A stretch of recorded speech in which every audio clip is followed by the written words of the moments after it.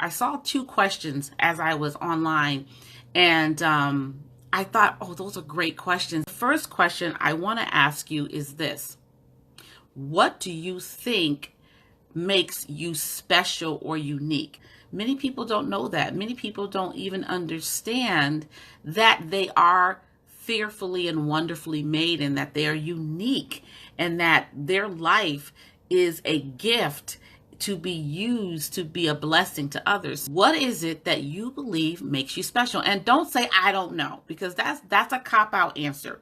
You may not know right now. It's not that you don't know, you're just not aware. There's a difference. So don't just, oh, I don't know, and get frustrated, because frustration shuts down your ability to think. Frustration shuts down your ability to be creative. I'll give you an example. Have you ever lost your keys and have been tearing through the house trying to find the keys? But what happens? The minute you stop looking for the keys and you start doing something else, boom, you remember, oh man, I remember where I put the keys. They're in the door. They're in the lock in the door, right? So that's an example of how frustration crowds out your ability to think and be creative. Now, the next question I have for you guys is this: do you know that you're destined for greatness? Do you know that you're destined for greatness? That's a yes or no question. Yes, no, maybe so. And then the next question: when did you know that you were destined for greatness? Now, I had to really reflect on that, because I was like, wow, okay, I know that I'm destined for greatness. I know I'm called to do great things, but when did I know that? And I had to go all the way back to 6th grade. In 6th grade, I had a rough year. I had a very, very rough year. But I remember my dad pushing me. My school had this whole program. I don't know what they called it, but it was a program where they would take special kids, or kids that were uniquely gifted and talented in certain areas in communicating, and they would train them on how to do the school news broadcast. And my father pushed me to do that. I didn't want to do it. But my father saw my special ability to communicate. Now, some people would say I talked too much. Yeah, I did. But my father didn't. You look at it as a negative. You know how people say, well, you talk too much, and they say it in a way that's negative. He never said it in a way that was negative. He was like, you're a gifted communicator. You just need direction. You just need guidance. And so he pushed me to do that. And I had a ball doing it. And so I would say that was the first time I think I realized that I was destined to be in front of people and impact people in a positive way. And I'm sharing my story because I want you to be able to think about your story and think about your life and where you are right now and where you want to be. And I'm encouraging you, by opening up and sharing this, that I want you to open up and become aware of the things that are in you and how you can communicate those things in a way that's unique to how God has made you. I think the next level of knowing that I was destined for greatness came when I was in high school. Now, I always loved to learn languages. It was something that was very easy for me. I decided to take Chinese because I wanted a challenge, and I loved it, and I excelled, and I did so well. Now, partly it was because of my teacher. Language is one of those things where if you have the right teacher and they can make it enjoyable, you'll do well. If you don't, you will struggle.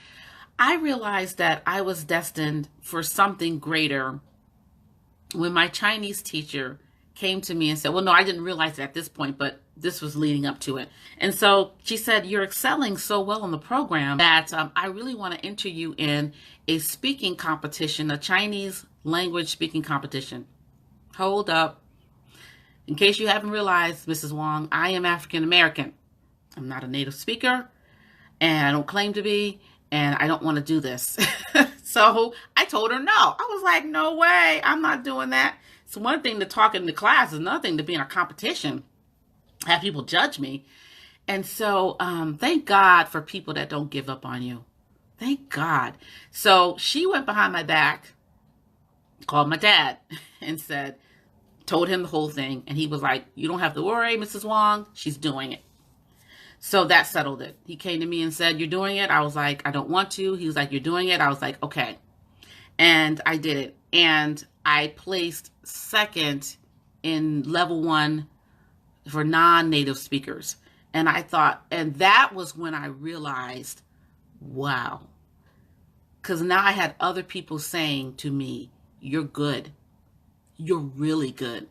And so I thank God, to this day, I thank God for my Chinese teacher. She was the first, I would say she was one of my first mentors. Her name was Mrs. Wong. And we are friends on Facebook, and I love her dearly, dearly, dearly. She's a special woman in my life. She really pushed me, one of those people that pushed me beyond what I thought I could be pushed. And so I think that experience really kind of solidified in me that I had a unique talent to not only, now this is the key, not only communicate in my language, but communicate to other languages and to be able to reach people in other cultures. That was my first real experience in understanding that my reach was global.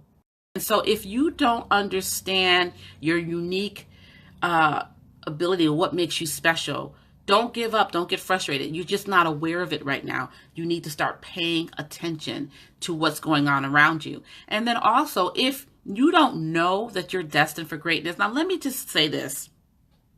When I say destined for greatness, I don't mean you're going to be Beyonce. Greatness is not always connected to fame, because you can be famous and not be great. You could be famous and be mediocre. So I'm not talking about fame. I'm talking about your ability to be great, to have an impact, to have influence. And my Chinese teacher, Mrs. Wong Lashi, she is a woman of greatness because she impacted me and so many other people in her classroom every day as a teacher. So fame, money, celebrity status does not mean you're great. Now, what you do with that platform is what determines if you become great. So I want you to understand that when I say, when did you know you were destined for greatness? I'm not saying, when did you know you were destined to be famous? I'm not saying that. Your greatness could put you into that sphere, but it does not certainly have to. What I'm saying is, when did you know that you were destined to change lives? When did you know that you were destined to impact and influence? And before you say, no, I'm not destined to do that, you are. If you're a mother, you're impacting your children. If you're an auntie, you're impacting your nieces and nephews. If you are a teacher, you're impacting your students. If you work in the post office, you're impacting your coworkers. You are destined for greatness, every single one of you. This is Lori Stansel, and I will see you next week. Bye-bye.